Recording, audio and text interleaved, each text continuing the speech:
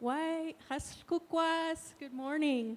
It's so great to be here. I'm Talikin Limt with Yayat di Solhalt Kuen Konim na he sich Maya, Galisin Maya Tina Hai Sinkonim. Every morning at our school, we sing to greet the day. And so I wanted to share this song with you. It says, it was created by the elders in Penticton, British Columbia, and it says, Ashli kushwiwi numtach, because we are beautiful. Ashli kushiyilch, because we are Salish people. Ashli ahai tem hulauchtet, because this is our land.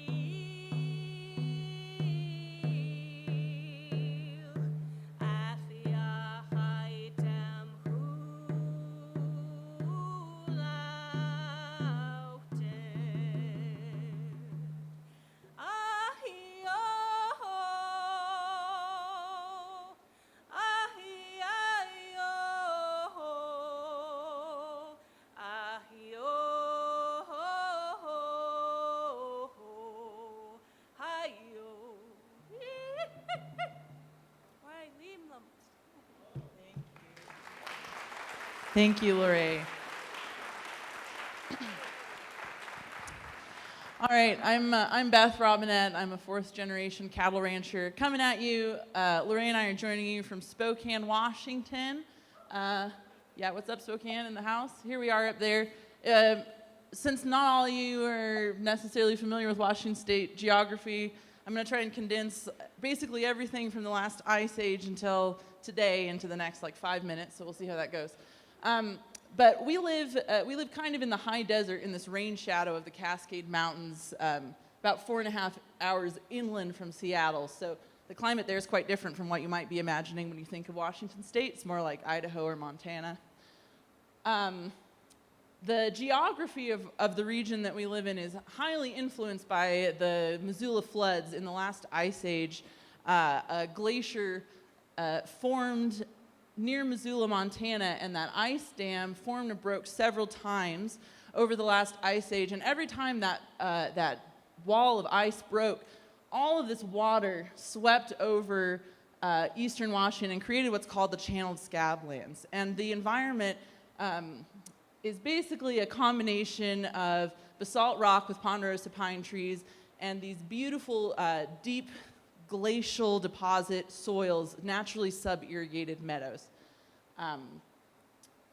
It's the traditional homeland of the Spokane people, but this area was used collaboratively by many tribes. The main food economy of the area revolved around salmon and camas.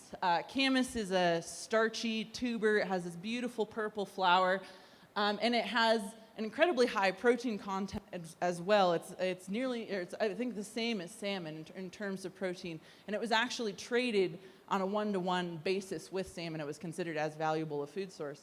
And the area that I live in, where the Lazy R Ranch is located, is really the heart of these camas grounds, which were cultivated for thousands and thousands of years by the Spokane people and the other tribes in the area, including LaRae's tribe, I'm going to try to say this right, forgive me, the Sinai Chicst, or the Arrow Lakes tribe.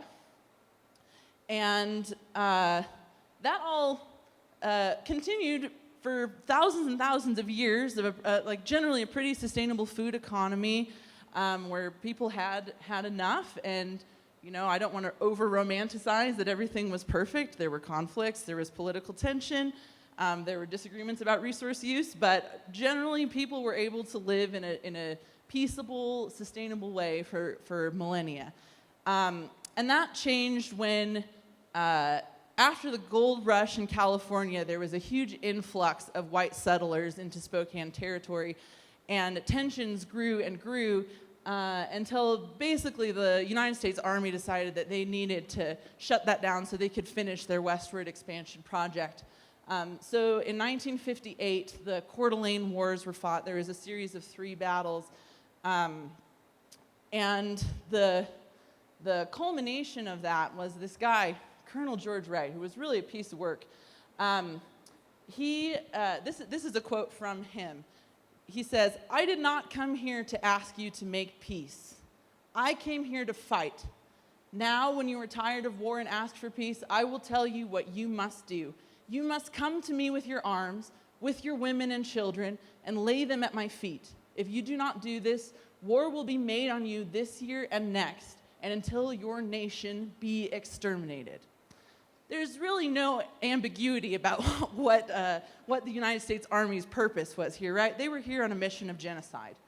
And because of the Civil War and massive improvements in weapons technology, the United States government had carbine rifles that had a 7-bullet capacity magazine, and that was just firepower that the Spokanes and their allies could not match. And so they did eventually lose the Coeur d'Alene Wars and surrendered, and that wasn't satisfying enough to George Wright, so he took all of the Spokane's horses, 900 horses, and he slaughtered every single horse to make sure that these people did not have transportation, a way to gather food, and then they were confined to the reservation, which has no camas grounds and no salmon.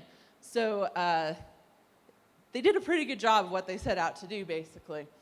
And folks, tribal members that tried to stay on their land and assimilate into Western culture, because these were farmers, the form of agriculture that they practiced was not recognizable to Europeans because of our paradigms about what agriculture should look like. But these were people that had been cultivating starchy root vegetables for a very long time, and they understood farming. But for the folks that tried to actually file homestead claims and assimilate into white society, they also faced challenges. This is a quote from an early settler in Spokane County. It says, "In early days, an Indian had about as little chance of hanging on to a homestead of good land in a white settlement as a snowball has of remaining unmelted in the devil's capital. None of us in those days thought that an Indian had any rights that a white man was bound to respect. We all thought that we had a superior right to the lands to any claim that the Indian had or could make. A great deal of the best land around here was actually wrestled from the Indians.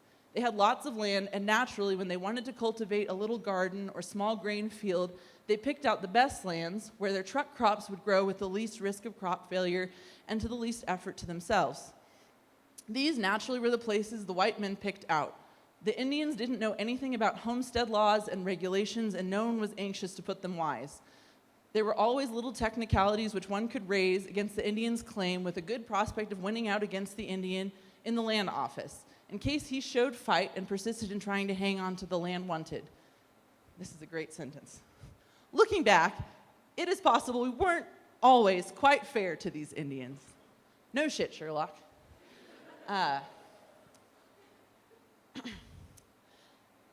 But most of that, between the Missoula Ice Age flood and where my story starts in 1937, was left out for me. I didn't know anything about any of that. How the story was always told to me was my great-grandfather, Earl, and his wife, Luella, and their 3 children, Eugene, Cecil, and Bernadine, came to the Lazy R Ranch in 1937. They were poor tenant farmers. My great-grandfather established a small dairy, and they were able to survive the Great Depression. It was always a story of a self-made man, a poor man who worked his way up through hard work and the support of his family. But you can see from my story that there were quite a few things that happened that paved the way for him to be able to become the self-made man that he was. My great-grandfather passed the ranch on to my grandfather, Gene, and my dad, Morris. They made the transition to beef cattle, and I now run the ranch today with my dad. My dad got introduced into holistic management in the mid-90s, and so when I was a kid, that was kind of the time he was making that transition. And these are, if I was going to distill the principles of the management that I was taught as a child, here's what I would boil it down to. Nature functions in wholes. In grazing, we talk a lot about timing. We talk about the relationship between predator and prey animals. And we understand that grazing is a tool in a suite of tools that we have to manage ecosystems. We understand that context is vital. We can't make decisions until we understand who the decision makers are, what the whole we're managing is, and how the decisions we make influence the people around us. There's a real emphasis on treating root causes instead of symptoms. We're not trying to just put Band-Aids over things. We're really trying to understand why things are the way they are and how can we take actions that address those root causes so that we don't have to spend energy solving the same problems over and over and over again. And there's a focus on regenerating ecosystems. There's this big idea that the land we have now is degraded, and we have a responsibility to try and make that land better than it was before. And then we have this whole suite of processes for managing complexity. We have the grazing plan, we have ecological monitoring, we have financial planning. Lots of systems for how to manage all of the little bits of ecosystems that we're trying to kind of create this delicate dance around.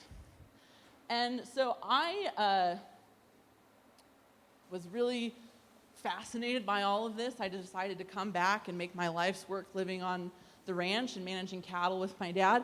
And I spent about 10 years learning everything I could about how to make cattle fat on grass, soil health, plants. And I pretty much went to sleep every day feeling like I made the world a better place, and I was pretty satisfied with my lot in life. And then this social movement started to happen around Black Lives Matter. And that really caught my attention because, call me weird, but I don't really think that our government should own a paramilitary force that it uses to execute its citizens without due process. That is not part of my future resource base that I'm managing towards. So I was very curious about this invitation within the Black Lives Matter movement for white people to explore their privilege and to really look at how those of us, even the ones that thought we were the good ones, were contributing to systems of racism, racial hierarchy, and oppression. And that is what, sorry, I'm going to, there's a lot of content here. I don't want to skip anything. Yeah, so I started to learn the true history of the land that I was managing. I really wanted to understand what was there before, what was missing in that story between the last ice age and 1937, because clearly there was a lot. And I had always thought of westward expansion as this thing that was happening in Montana and Wyoming, Custer and the Sioux, and it seemed like Spokane was just always kind of a boring, small place where not much history had happened. But the more I uncovered, and there's a lot more to all of the history I shared with you, but the more I realized that, no, I really was directly benefiting from these actions that I found morally reprehensible, and I was not satisfied with just shrugging my shoulders and saying that that wasn't my problem. I was also really frustrated that these conversations did not seem to be happening in any of the regenerative ag circles that I was in. I actually wrote an article that I'd be happy to send it to any of you for the Women Ranching newsletter, and Western Landowners Alliance decided to pull my article because they felt like it was too controversial to talk about race in the context of ranching. It's still available if y'all want to change your mind and publish that. Come talk to me after or during the Q&A section. And I also want to highlight that Christine Sue did a lot of work to bring this conversation forward in the 2019 Grass-Fed Alliance conference, and she's not here today, but I just believe she deserves a little shout out because she did a lot of work to make this conversation happen, so that LaRae and I could be there to talk to you today. So I was kind of sitting here with all of this like puzzle of what do I do with all of this information now?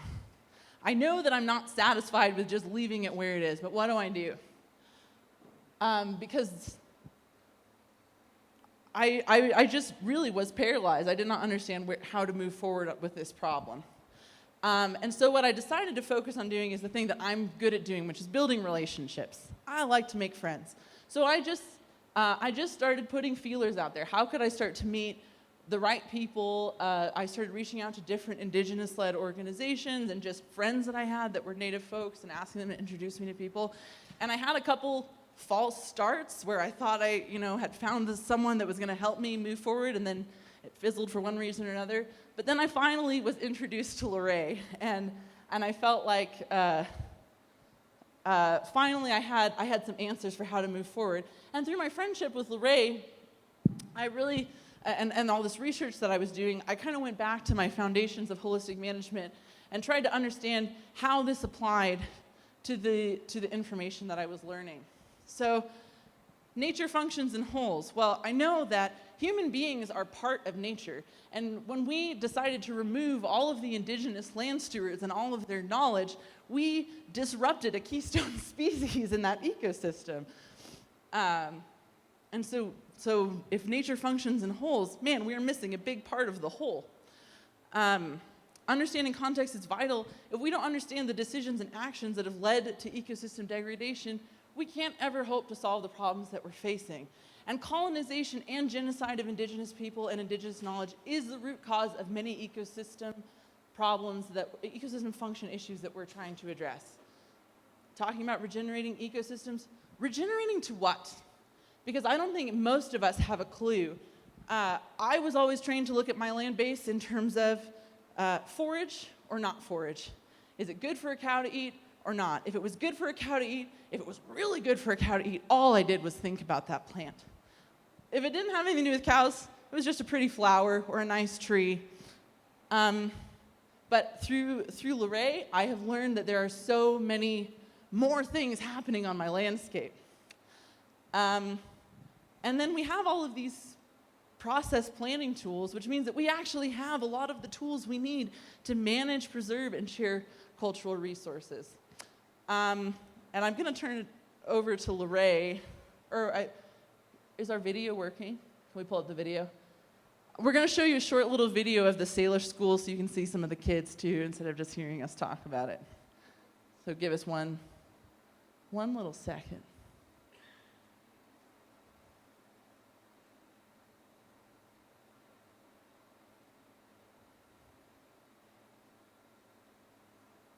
It's the language of this land that we're on right now.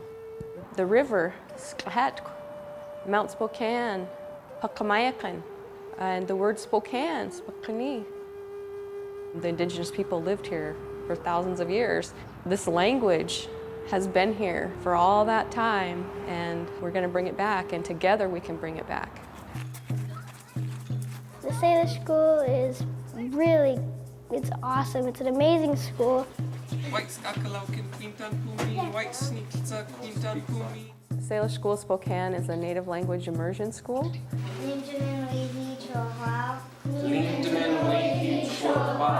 We're learning a language, we're saving something that is like this close to dying. When we first started working with language, I didn't realize how endangered our languages were. I realized, oh my gosh, we have to do something now, because each year we were losing fluent speakers. Ki, why kikamikut hupentum. Kikam. There's been a lot of historical trauma in the Native American community, from boarding schools where children were taken away from their families, and the language was severed from that generation to the next generation. Chutlak why heat sap. Kinami mamayantum he's to chmalated. Nachal kan scale. N, P, Pa, Ki, Ku. You know, we have reading, math, science, and everything that we do, it's grounded in the language, the culture. We teach in full immersion with the kids in both languages. They see themselves reflected not only in their teachers, but in everything we do. And so it really makes a difference in the educational outcomes for our students. He datig. Geminksel geen kiluchten. Tali iluchtums. Sinsulskeimten.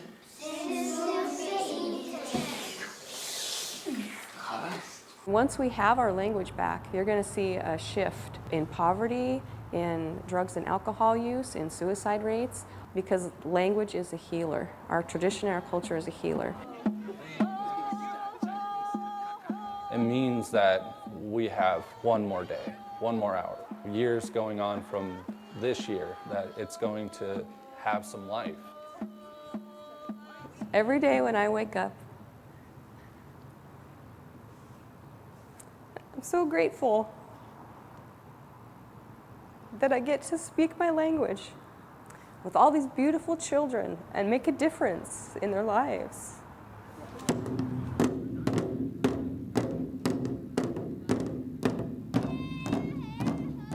And I'm just really happy that I can spell, I can read really good, and I wouldn't be able to do that without the Salish School.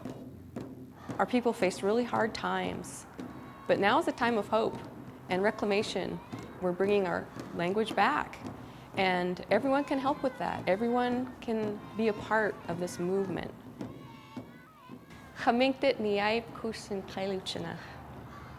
For our people, for our grandchildren, for our great-grandchildren, for the 7 generations after us.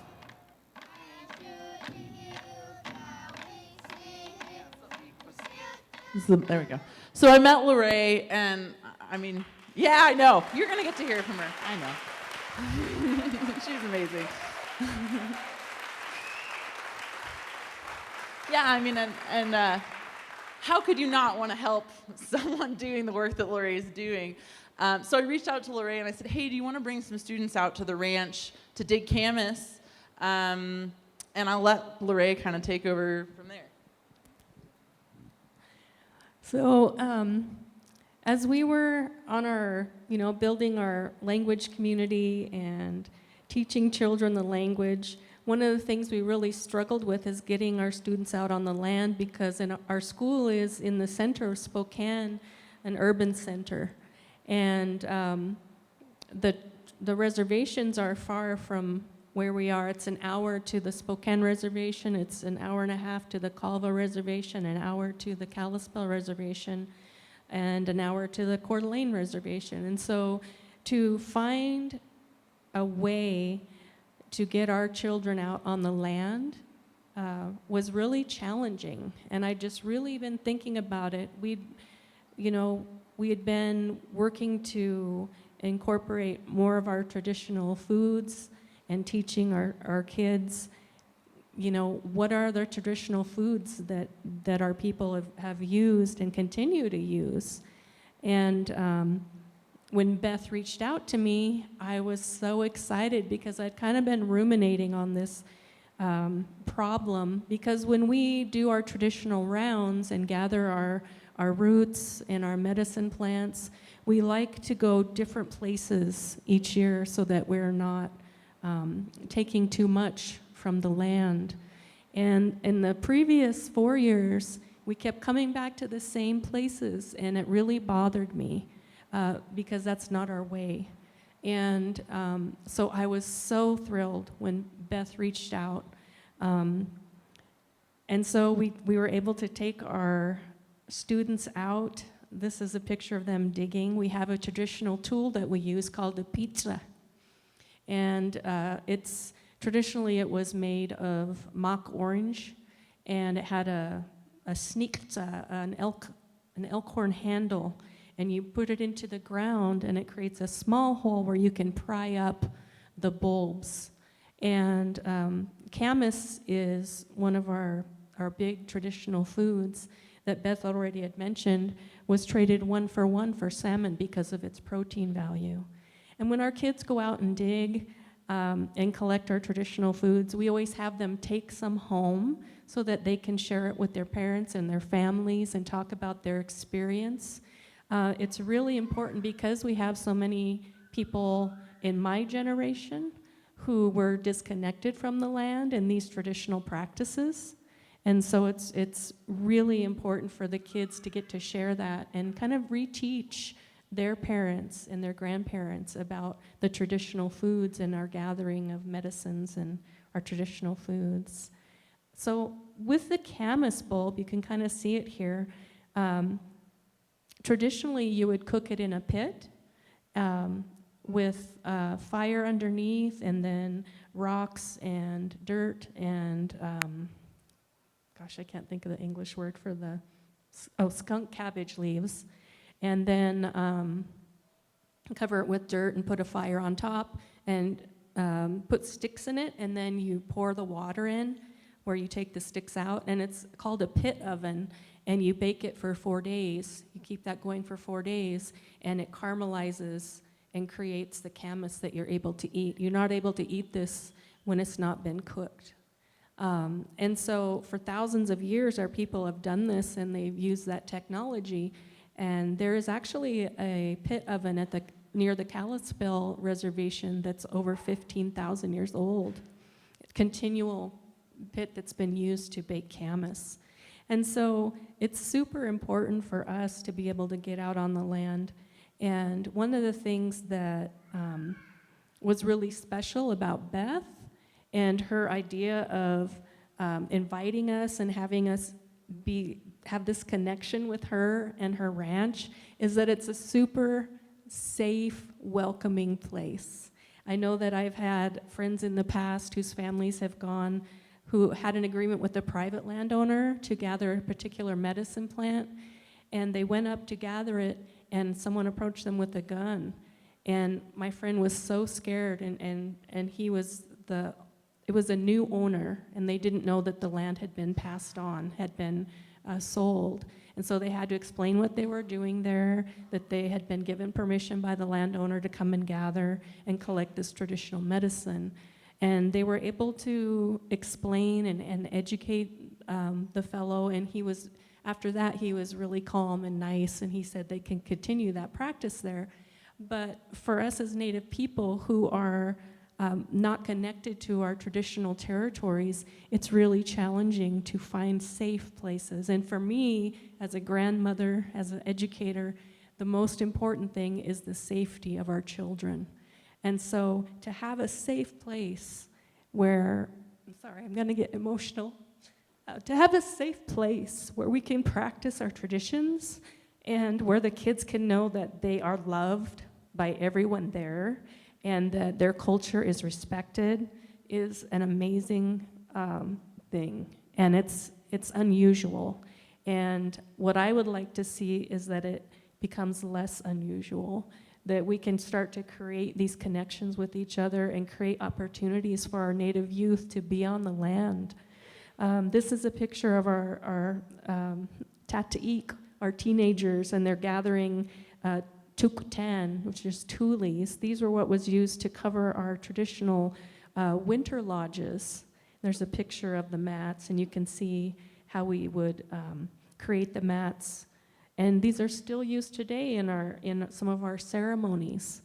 And this is kind of a contemporary piece that one of our teenage boys made.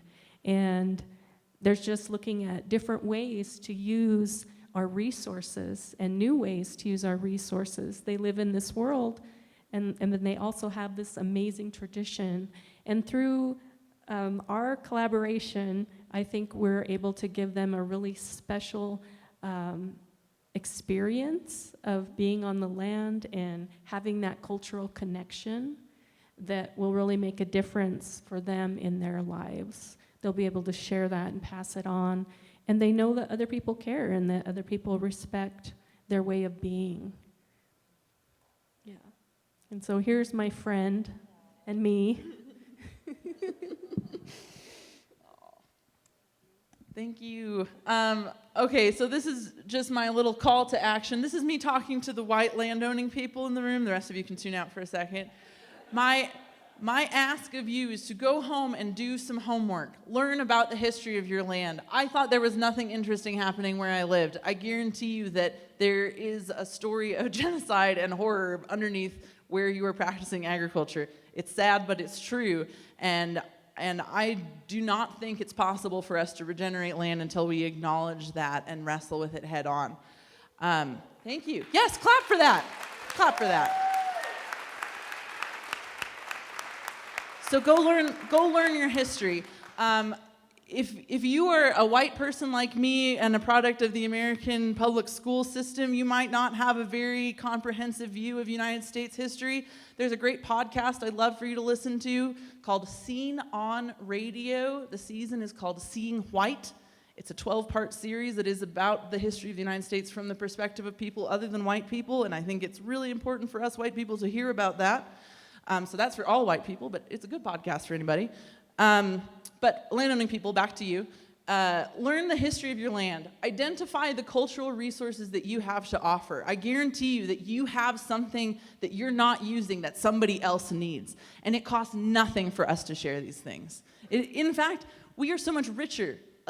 This is, land back, I think, is always posed at this, we have to give up and we're taking away, or there's some retribution or something that needs to happen, or self-flagellation. And there is a place for all of that, I think, in the process. But there are pieces of it that can be really light and joyful and regenerative, truly regenerative. And then my other advice is just to start reaching out and building relationships. It may not be clear where the starting point is, but if you build relationships based on trust and respect, you will be led to the right people. Yeah, I think that's our time, probably. And if you want to get in touch with us, here's our contact info.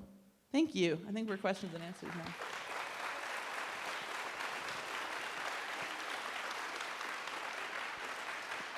Thank you so much, Beth and LaRae. Really appreciate your talk. Okay, looks like we have a question here, and if there are a show of hands, I'll start walking to the next person who has a question.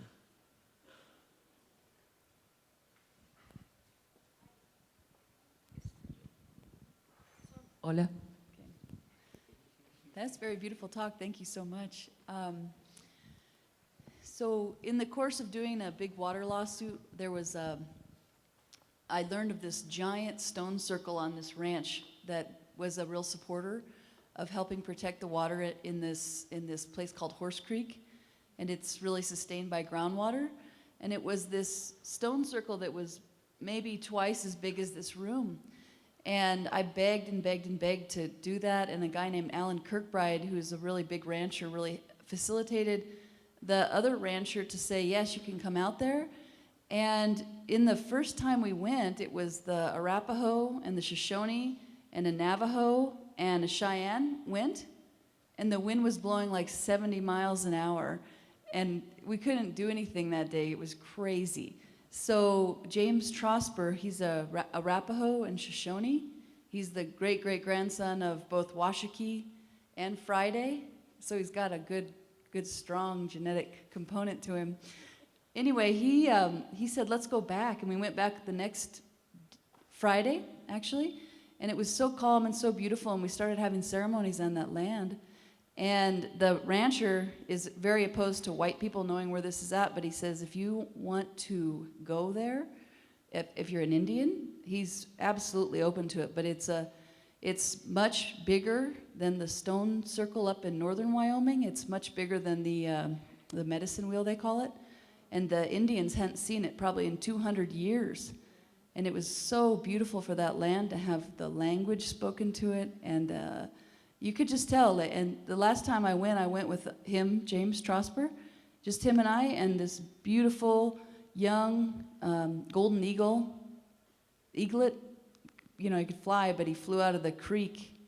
So I think that what you're saying is if you have spots like that on your land, you have got to get back with your tribes and tell them and let them have their ceremonies there. Yeah. Yes, do that. Hi, I'm also from Washington State, and I don't know if you're aware that Washington State has an approved curriculum with the Office of Superintendent called Time Immemorial. And I know our school district on Orcas Island has approved it, but they've never taught it. So it's available online, and it's like seeing your school, like how important it is to connect people also for white people to understand that connection's important too, so we can all learn. But anyway, it's available, and you can check it out because it could be adopted other places. But Thank you. Hi. So with the cultural genocide of all of the Native Americans, I can't help but feel that so much of that indigenous knowledge of like land handling was lost. So how can I go about, I guess, researching those ways that indigenous people really handle the land, and I guess a way to, I guess, give it the respect that it deserves in the way that it's like culturally appropriate? I think that researching, you know, finding, like Beth did, finding out about the traditional people that were there, and people who were there on the land traditionally and what happened to them. But also there's kind of this idea that these traditions are no longer here, but even though we're not practicing them, the stories are still there. About how we did things, how we take care of the land, the responsibility we have towards the land. So there are knowledge keepers in Native communities who know these things, and to be able to reach out and connect with them in good faith and kind of build relationship. It's not going to be easy at first because there's a lot of pain and trauma with our people, and so you have to build trust. You have to start with relationship building. And Beth, do you have anything to add to that? Yeah, I mean, this is old-fashioned, but go to the library is a great place to get started. One of the things that I found that was so, and I'm lucky because I live in a university town, but there was a sociologist at Eastern who spent like 40 years going to the Spokane Reservation and collecting oral histories, particularly of people who had not been through the residential school system. And so even though he was a white dude, he actually did a lot to preserve a lot of that information. And so I came across that book, which is huge. It's like 900 pages long. And I learned a lot from that. But then, yeah, just learning from the people that I met. I mean, I think, you know, yes, a lot of that knowledge has been disrupted or destroyed, but a lot of it is still present because there's still a lot of Native American people running around managing land on this planet.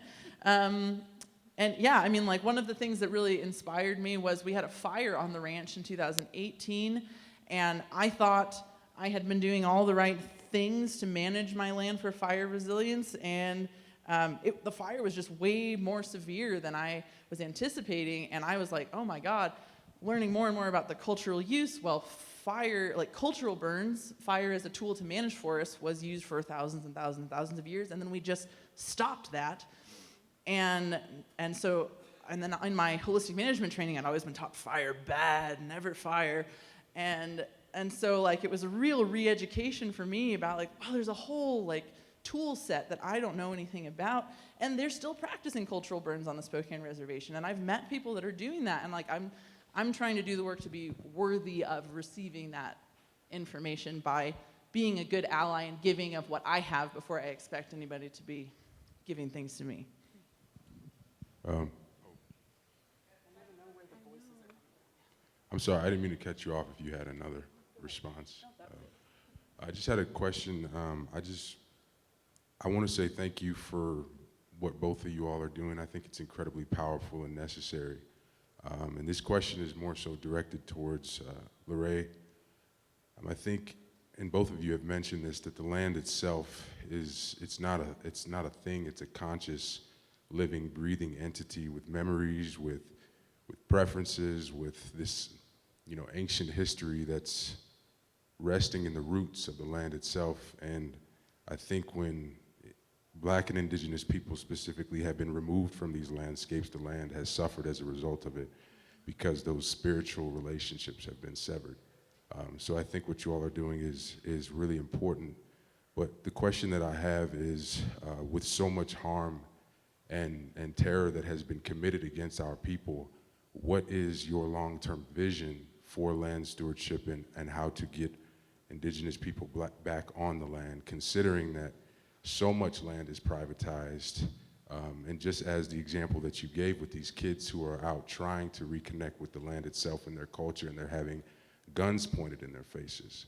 So there's so many barriers, and I feel as though it doesn't matter how we graze, how many cover crops we plant, how regenerative our ethic is, if these Black and Indigenous people are not on the land, stewarding the land, managing the land, then the healing will not take place, because the land itself has that blood memory in it running through its veins. So LaRae, what is your future vision and your dream for your people and for Indigenous people in the United States? Well, that's a really huge question, and I don't feel like I can answer it for all of our people, but for me personally, I've been disconnected from the land for a long time, and so for me, just taking these baby steps to reconnect for myself and reconnect for my urban community is huge. And my plan is to just keep trying to connect with different landowners and putting our story out there so that more people feel comfortable and trust us and our knowledge about how we gather. I think a lot of people are scared when they hear Indians on their land, kind of thing. And we just have knowledge about how to take care of the land and how we have gathered these medicines and plants for millennia. And so my plan is just to try to continue what I'm doing and hopefully make a local impact. And I think that if we all did something locally, that could spread to maybe a national thing. So I'm kind of just hoping that connection with language and the land and returning language and kids returning to the land and families returning to the land can be a kind of a simultaneous synergistic thing that can happen just through goodwill and respect. Thank you. I mean, I think one thing I've been trying to let guide me is that I don't need to have the answer to make forward progress. I don't need to exactly understand how, even though I agree with you 100%, I'm not gonna let the not knowing of that stop me from trying to get shit done. And I think if every person who owned land went home and tried to do something like what I did and came back with a LaRae next year, and we sat all those people down in a room and we said, what are we gonna do about this? I bet we'd have a lot better answer by this time next year.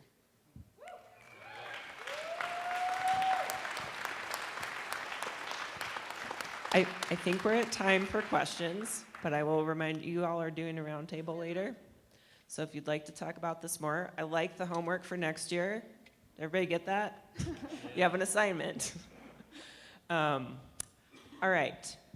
Thank you both so much for being here. Do either of you have any closing thoughts? That was a pretty great closing thought, I thought. So. All right. Thank you both.